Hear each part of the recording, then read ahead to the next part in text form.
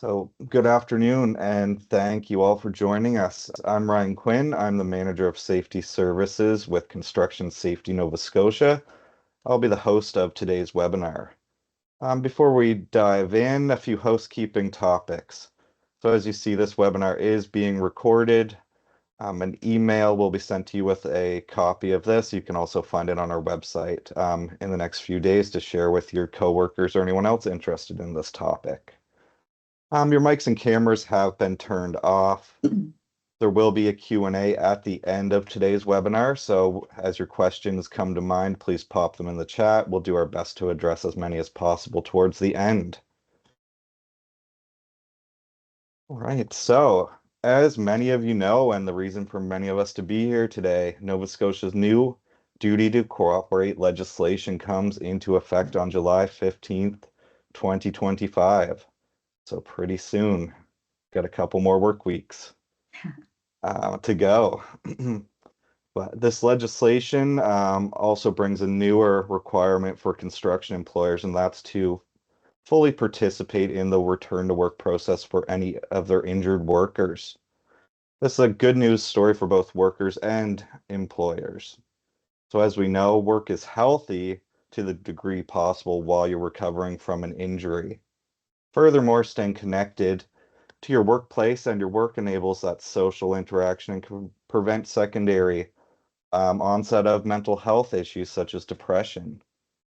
So Construction Safety Nova Scotia wants to support our members through this transition. And to do that, we've partnered with Eastern Return to Work Solutions, led by Joy Moore, who has worked with Construction Safety Nova Scotia before on return to work projects and initiatives. So ERTW Solutions has a strong track record in return to work planning and supporting workers and employers through the process in a positive manner. This partnership represents our Construction Safety Nova Scotia's endorsement of a trusted provider we can confidently refer our members to for their expert assistance.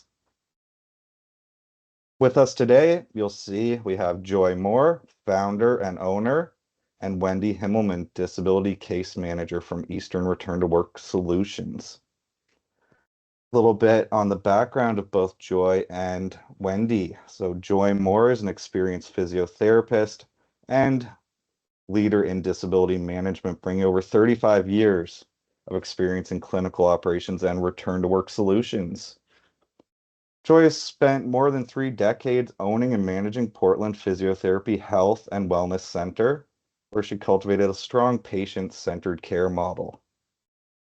She later served as clinic manager and quality improvement manager at CBI Health.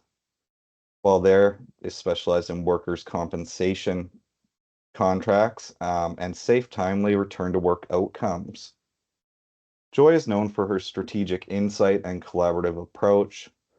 Joy has worked closely with WCB leadership and interdisciplinary teams to align workplace health goals with regulatory requirements.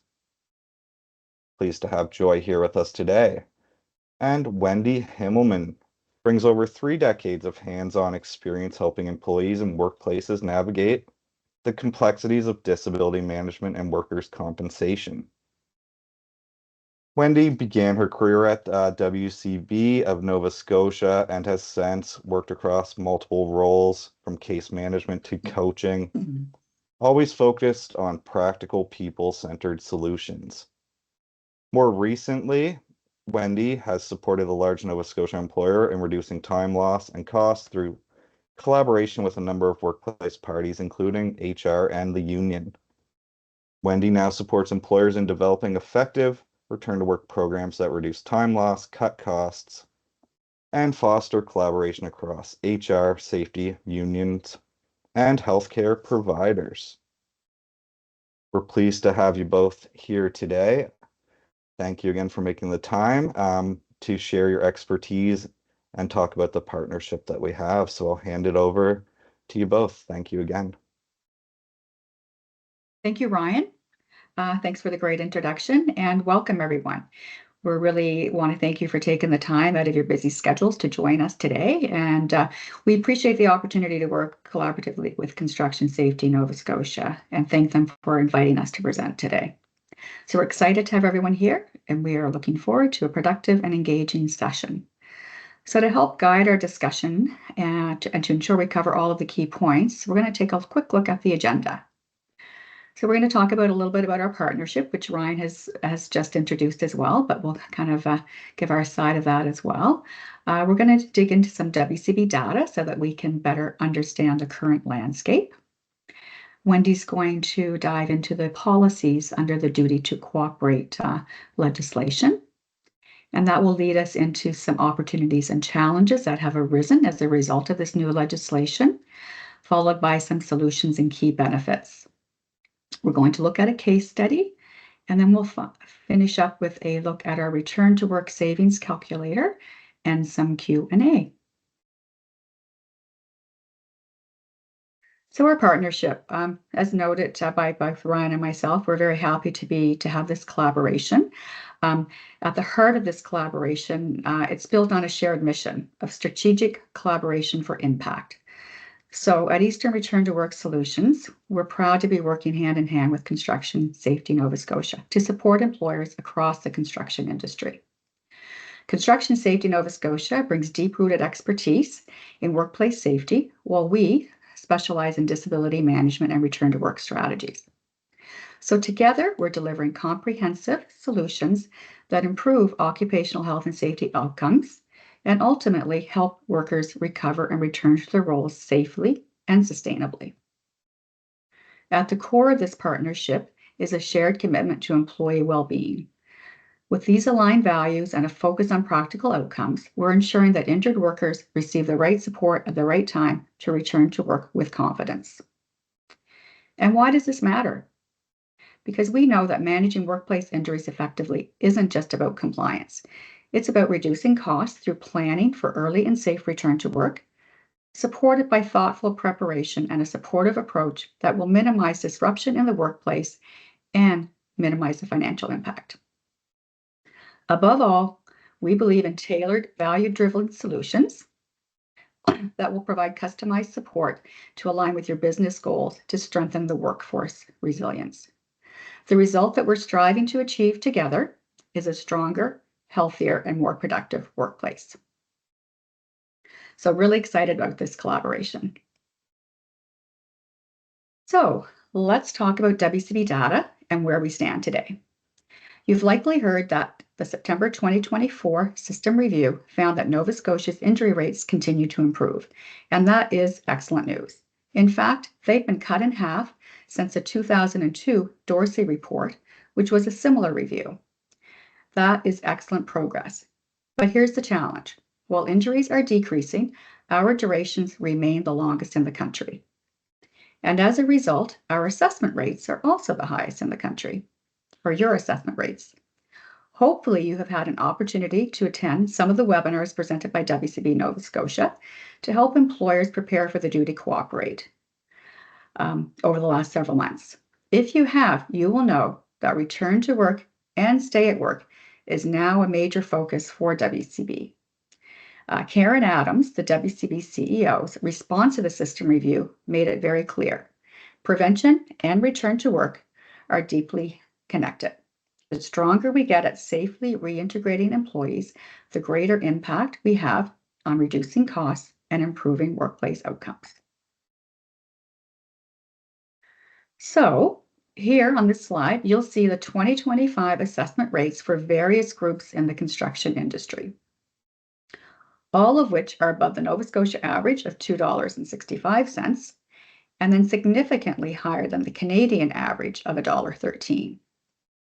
That gap alone highlights the financial pressure facing employers in this sector.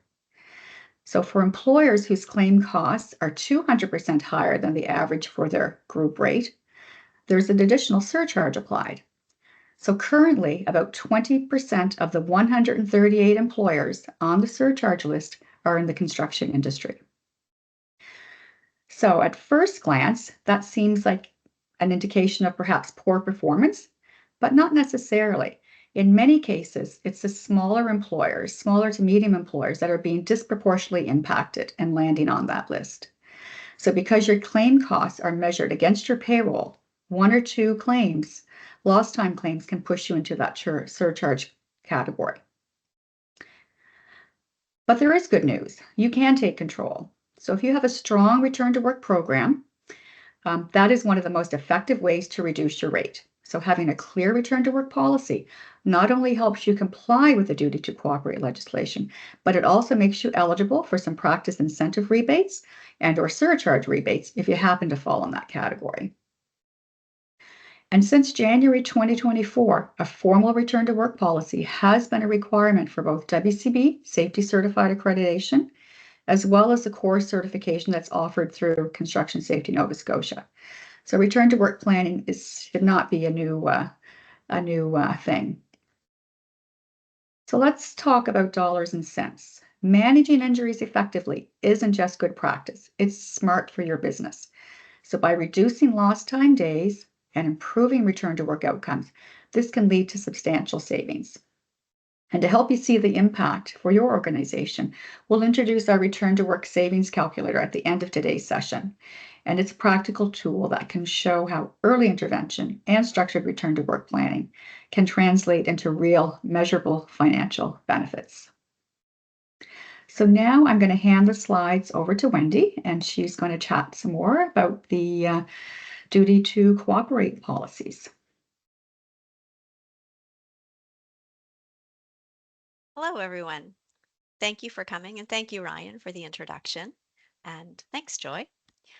I'm going to review the legislation and the policies in a bit more detail, but not quite like WCB did last week. The highlights of the duty to cooperate legislation are here. I know most of you have heard about the new responsibilities. I just want to briefly touch on them. The employer and the employee have the obligation to work together to make an early and safe return to work plan immediately following a workplace injury. And the enforcement, failure to do so, will be met with penalties. So this is the legislation that is now Section 89A of the Workers' Compensation Act. Whenever the WCB is given new legislation, most generally, they develop policies to provide us with direction and guidance in how to apply the legislation. The policies were reviewed in the WCB's webinar last Thursday, and I expect many of you were there. They made it sound easy. I'm not sure it's going to be that easy, but they're there to help us, and we're here to help you as well. I have a few takeaways from my attendance at the webinar and my review of the policies. A number of the key points that became evident to me, I'd like to share with you. And I hope that they give us some context and help us understand the newly approved policies a bit more. So first, I noticed the language. To be sure that we're on the same page, WCB provided us with a detailed description or definition, if you will, of the phrase return to work. So you'll find it in the preamble of the first policy related to duty to cooperate. It's number 5.7.1. Return to work, with its acronym RTW, is includes return to work. I'm confident in saying that in any literature or posters, communication from the WCB, when you hear the phrase return to work, or you see its acronym RTW, we can be sure that this includes stay at work. The next piece of language that I saw is early and safe return to work. Again, completes with its acronym ESRTW.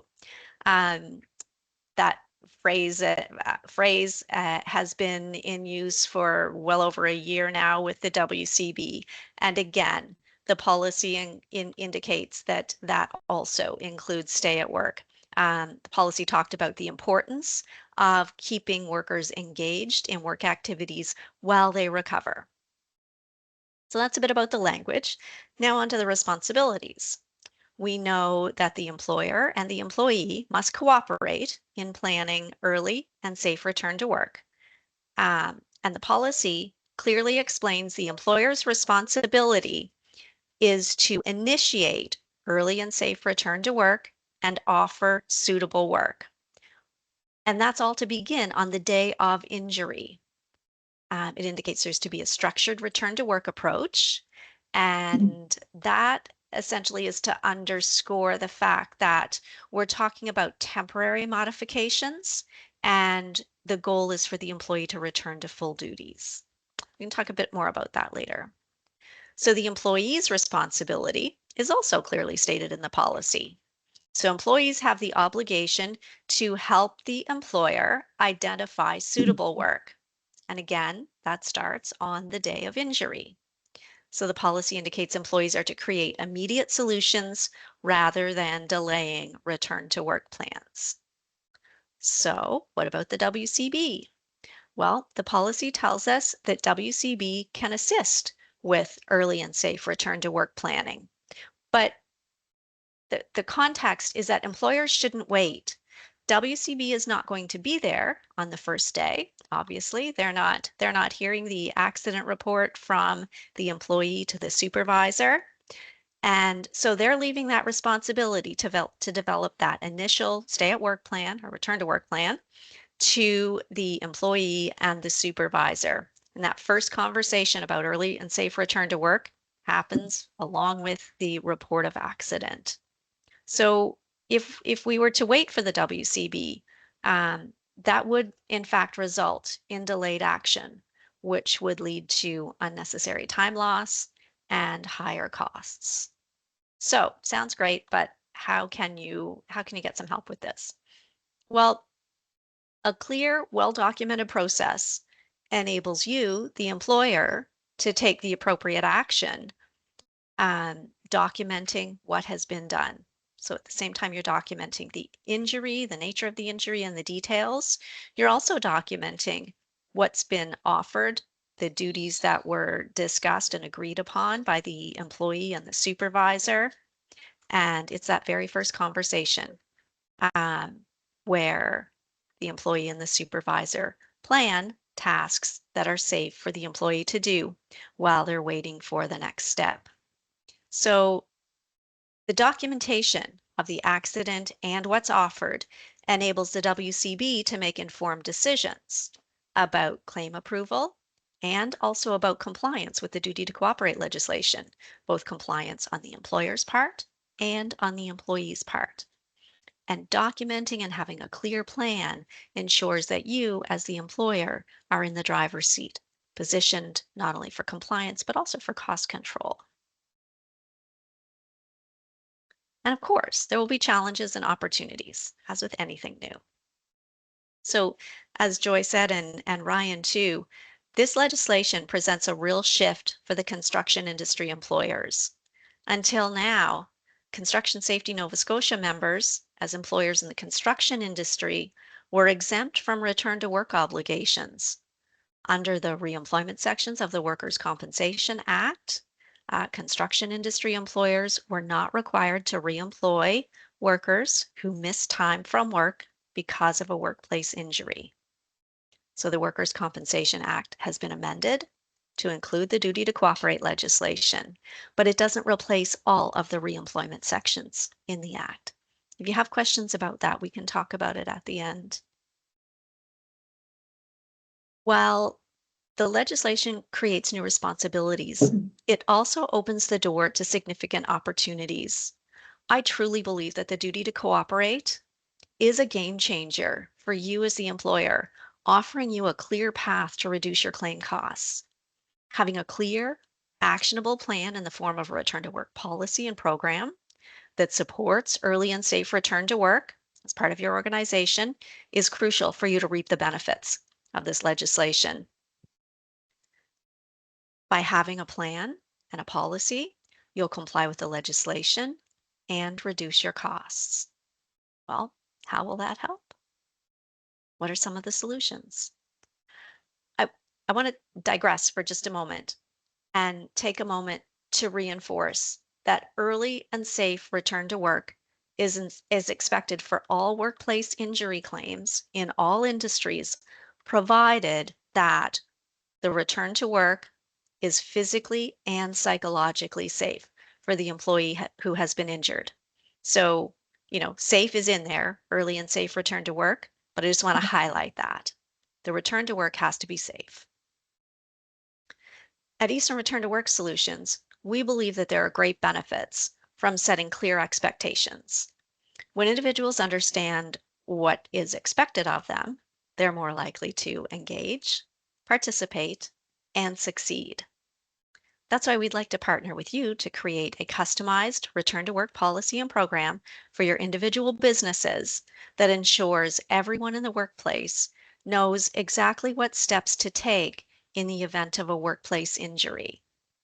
Now, there may be some of you today who haven't had a claim in years, and your rate is at or below industry average. And I congratulate you on this. This shows that you are applying safe work practices conscientiously on a daily basis.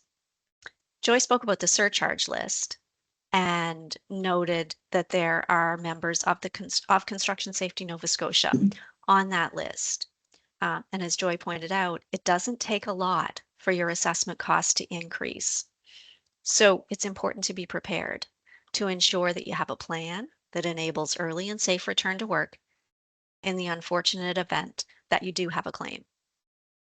Again, a clear, well communicated return to work policy will strengthen your workplace culture. It'll build the trust, set a proactive tone, showing that everyone's treated equally, and demonstrate that your organization is both prepared for legislation and compassionate, because we're dealing with humans. Eastern Return to Work Solutions can assist you with the development or revision of a return to work policy to help you achieve those goals, ensuring that the requirements of the legislation are built in. Additionally, you'll see on the slide some of the case management services. We can provide comprehensive case management services, and in essence, we would be an extension of your team. Now, one that's only around when you need us, enabling you to stay focused on your core business, the running of your construction company. So we can take care of accident report submissions.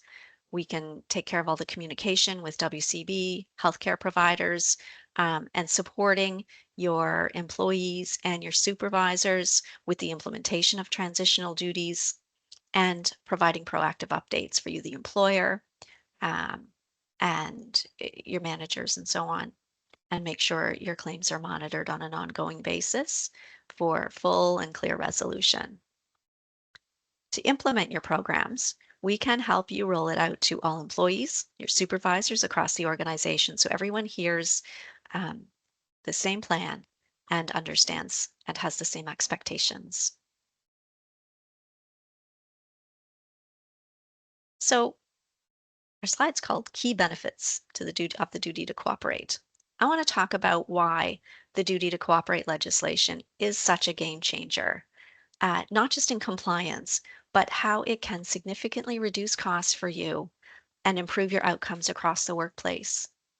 When you develop or revise that return to work policy that aligns with the Duty to Cooperate legislation, you're not only meeting the legal obligations, but you're also actively working to reduce your time loss durations. When you reduce your time loss durations, you reduce your claim costs, and that in turn leads to lower assessment rates. And that can have a direct and measurable impact on your bottom line. So back to the legislation. I think one of the most powerful aspects of the legislation is the added accountability that it brings to all parties. Now, as an employer, I am sure it feels like all the responsibility is on your shoulders, or certainly on your bottom line. The Duty to Cooperate legislation places a clear responsibility on the shoulders of the employees, requiring them to participate in identifying and accepting suitable modified duties after an injury at work. I see it as the legislation strengthening the WCB's authority right from the outset of a claim, right from day one, to hold employees accountable. And that's a big win for employers. And I expect you'll find this leads to you finding a true partner in WCB down the road. Someone who encourages and enforces active participation in early and safe return to work. So what does all that mean in practice?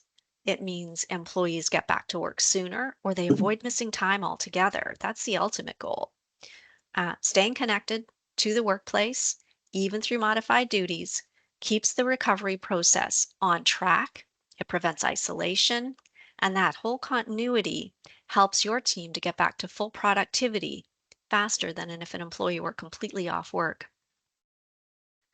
We've talked a bit and tossed around the phrase transitional duties throughout. So, transitional or modified duties is work an employee can do that's close to their regular work, that the work, the parts of their regular job that they can perform safely.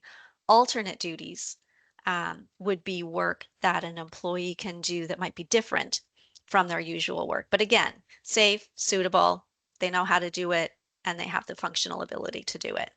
So it's really helpful for an employer to have a list of potential modified or alternate duties to reach to when needed.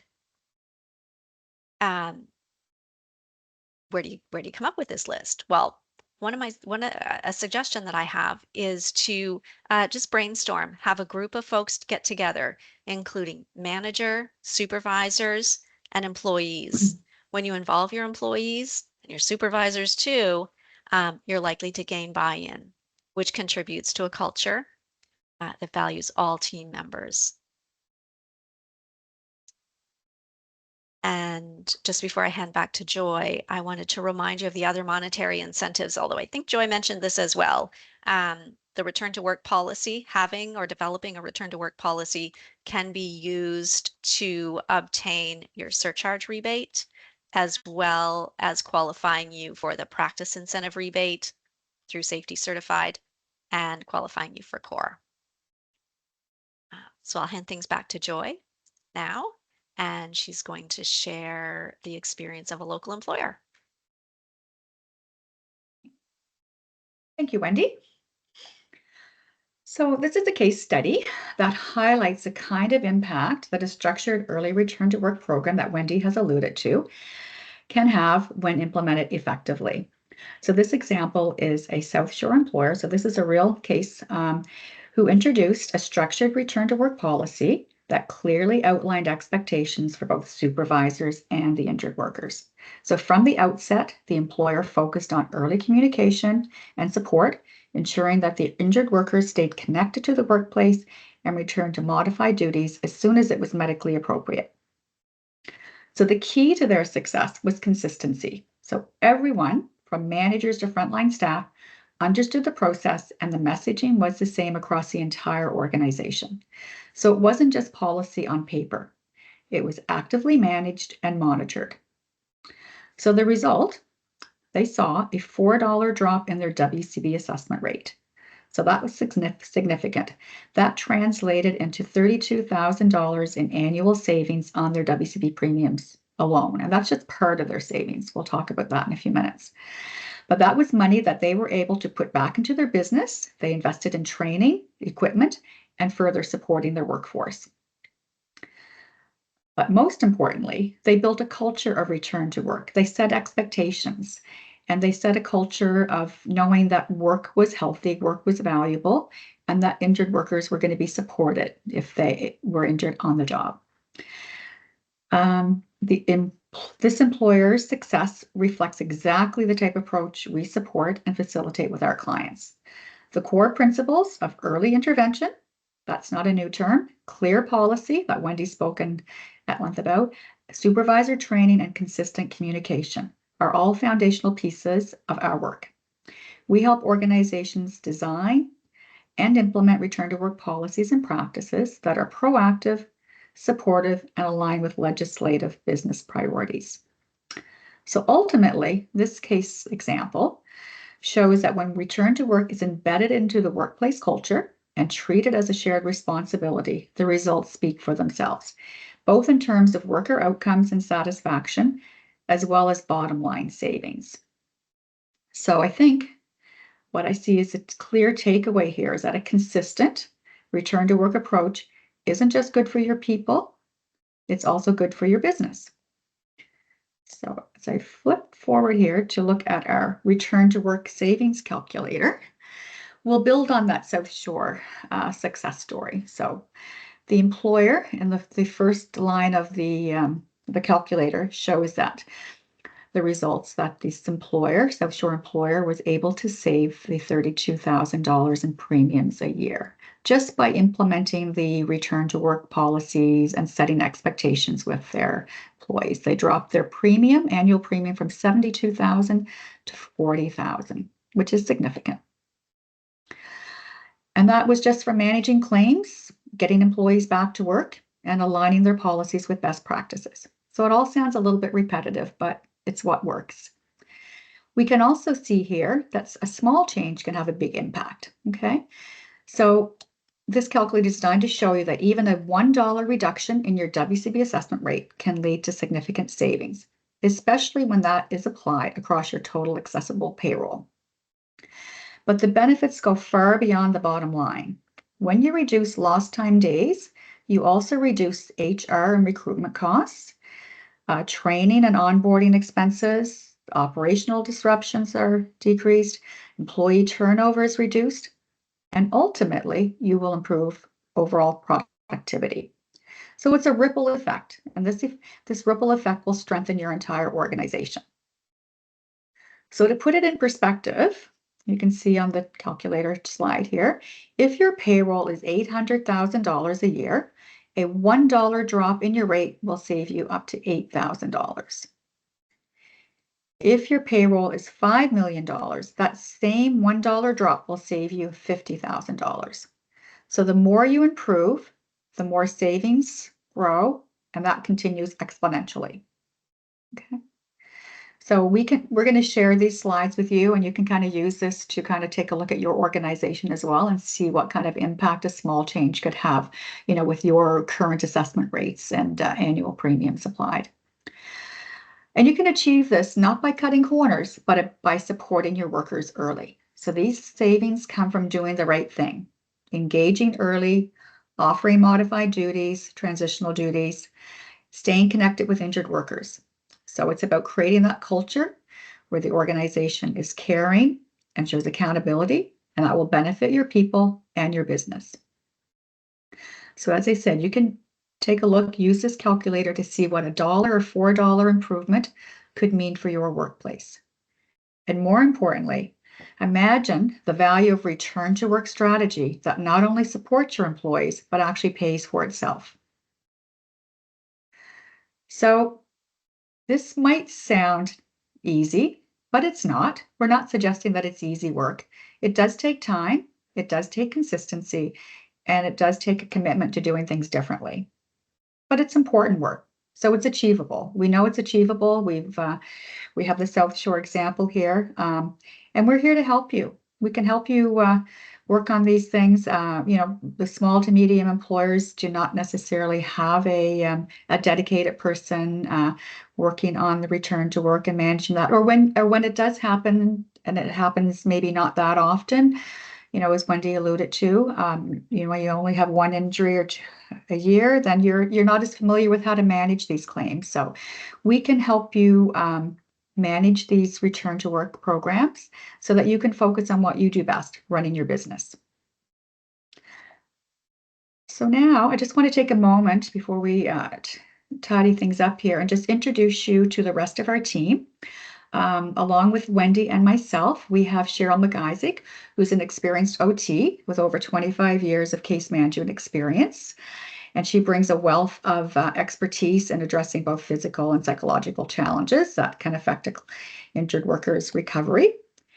We also have Dr. Raphael Panay available to help support our employers and injured workers by completing medical status exams. And these are really helpful, particularly in today's world where many people don't have access to a family physician or if a second opinion is required. So Dr. Panay has experience in family medicine and emergency medicine, and also extensive experience in occupational medicine, and has been completing return to work assessments since 2016.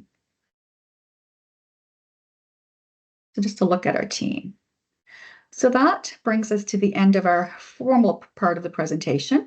Want to thank everyone for joining us today and expressing your interest in improving your return to work outcomes and safety performance in the construction industry. So we've covered a lot. We talked about the importance of strategic collaboration and the financial impact of workplace injuries to the tools and support available to help you take action, including the return to work calculator.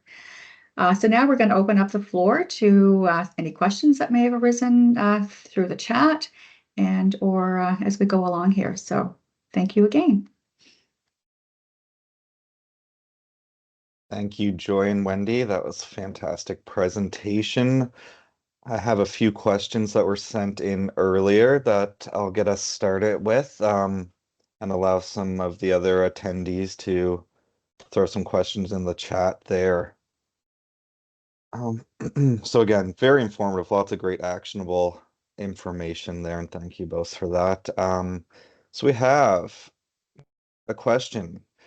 How do you begin looking at and assessing transitional duties before an injury occurs? So being proactive, how do we do that without knowing what that injury may be? So Joy, you want, go ahead. yeah, sure. So it does take some creativity, and I know there are challenges, perceived challenges at least in the construction industry because work can be heavy and labor intensive. But I think what we need to do is really look at things a little bit differently. We need to kind of break down the jobs. There's different components of jobs. And to Wendy's point earlier in the discussion, we really need to look at give a focus on getting the worker involved and kind of identifying some of those tasks that they're doing. So that discussion between the person that's actually doing the work as with the supervisors and with the managers, so that they can identify some tasks within the overall job. So you do have to be creative. You want the work to be meaningful. You don't want the work to be, demeaning. And we're not asking employers to make work or to make up work, but I think with a little bit of creativity. And maybe bringing in an occupational therapist who thinks a little bit different and looks at these jobs a little bit different to help you kind of identify those tasks within the larger job. So yeah, just creativity is key. Thank you. In the same vein, I'll sort of dovetail some other questions because they're related to your answer and to that question. Um, So you mentioned get the employee involved and being creative, but someone else posed the question, how do I support or encourage a reluctant employee to actively participate in their own return to work plan? Well, go ahead, Wendy. I can offer some suggestions. Yeah. I think this is where the new legislation is a big benefit. Mhm. The policy says the employee needs to participate in identifying suitable work with the employer. And if the employer is offering suitable work, the employee is required to take it. So, that's the legal aspect of it. The other aspect that we've talked about, WCB has covered extensively, is that staying at work is healthy. Research, practical has shown that people recover more quickly at work when they're at work because they are not um, they're not at home. They maintain their routine, they maintain a sense of normalcy, and they're able to reintegrate. And again, we want folks to be safe too. So we do expect, and I think that speaks to as well why there needs to be positive expectations set in the workplace and having that list of transitional duties. It might not be exactly what you choose from, but when when an injury happens, you've got a list to say, you might say, I have no idea what I can do. Well, let's look at this. And that list might not be exactly it, but it might say, oh yeah, well, I guess I could do this or that. And that would be okay. And then you err on the side of caution. Again, underlying premise is that it has to be safe. Err on the side of caution and then seek the physio assessment or the functional assessment. I Thank think you, I'll just Wendy. add to that as well, Wendy. I think as far as, an employee who's not, feeling confident about, returning to work, with this return to work plan, I mean, I think it may take some time on the employer's part if that hasn't been part of the culture to begin with. So, and culture doesn't change overnight either. So as long as that employee is feeling supported and feeling, that it is going to be safe and that you as the employer, you have that injured worker's best interest at heart, I think that will make a difference as well. And that might take a little bit of time, but setting those expectations. So if you roll out return to work plan and policy and you share it with your whole organization, then there's going to be that expectation. So when that injury does happen, then it's not going to be a surprise to an injured worker that yes, return to work is going to be part of this discussion, from the beginning. Perfect, thank you. And employers are, once their program is up and running, which it should be soon, there's the requirement again for some training for employee levels for employees to understand their obligations and what role they play in the program. So it shouldn't be a Mhm. surprise, like you said. It should be when people are being hired and they're onboarding, they're made Right. fully aware of these things. Absolutely. So the questions have rolled in now. Let's look at this one. These might be shorter answers. Does the return to work plan or agreement get submitted to WCB along with the injury report? It can. Yeah, if you've got it and it's done at the same time that your injury report is, that's ideal. Yes, absolutely. And that gives WCB everything they need to make the decision. We know that something happened and here's the plan. They're already staying at work. So WCB will just need to at that point say, okay, how do we progress? How do we make sure that everything's on track? What medical attention is needed or healthcare treatment, and it goes smoothly. Thank you. We have another question. I'm looking for access to the return to work calculator, and if you could share that with the folks. We will make that available for you at the end. Yeah, we'll share it with CSNS and they can distribute. Awesome. Yeah. Thank you so much. Another one in a similar vein is a return to work policy template. Construction Safety Nova Scotia has one in our resources on our return to work page, and I'll hand it over to Wendy and Joy. Yeah, WCB also has just a guide, a template that's a guide on their website as well. Perfect. And always make sure templates are tailored to your business needs, Yeah. carefully reviewed. Mhm. Um, Another one from Lizette is Eastern Return to Work Solutions independent of WCB and employers? Yes. Yes. Perfect. Let me see. Here's one from Jamie. Are the reduction savings in premiums in addition to reductions achieved through being core or WCB certified? So is that in addition to your rebate savings? The rebate savings are different than your premium savings. Yes. Yes. So yes, the rebates You are have to from apply being for those, WCB right? safety certified. Mhm. Correct. Yeah, you have to apply for those. Yet WCB bills everything under premiums and assessments, but Mhm. but it's separate from your rate. Perfect. Thank you for Okay. clarifying that I one. I Um, that hope it's a little bit cleared.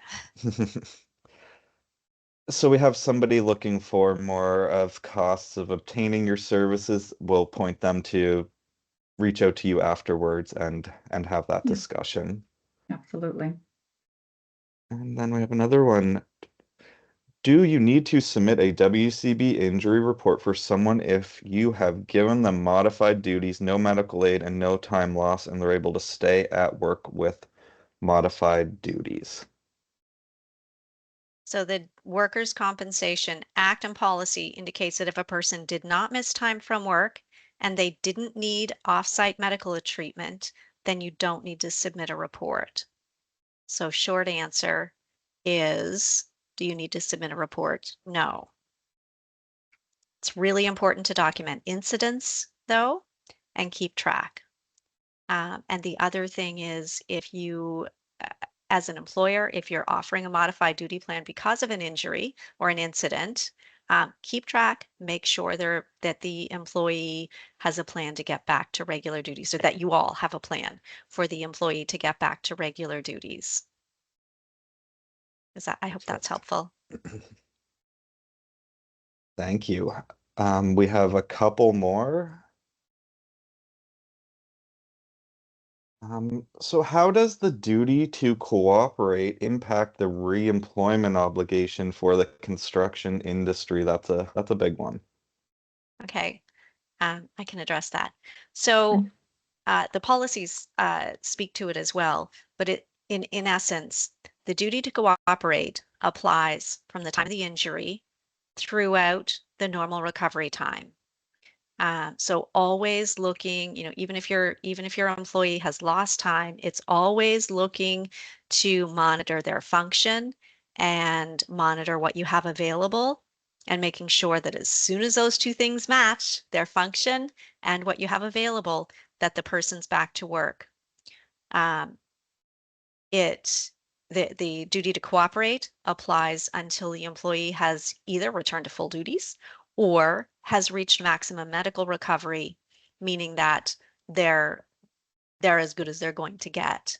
Um, so the reemployment sections then would apply when somebody again has reached maximum medical recovery, and that is where you in the construction industry would flip back to the reemployment obligations, and you're not eligible. I mean, you're not obligated. Um, so as long as you can keep somebody at work and as long as they are able to go back to their regular duties, all is well. If it happens to be someone who's not able to do what they used to do and they've had all the treatment they can get, then you no longer have an obligation. Thank you for clarifying that one. There's been a lot of discussion, of course, around that with all of the stakeholders. Mm-hmm. And we have one more that's in a similar vein there. So Section 84 has been part of the WCB policies for many years now.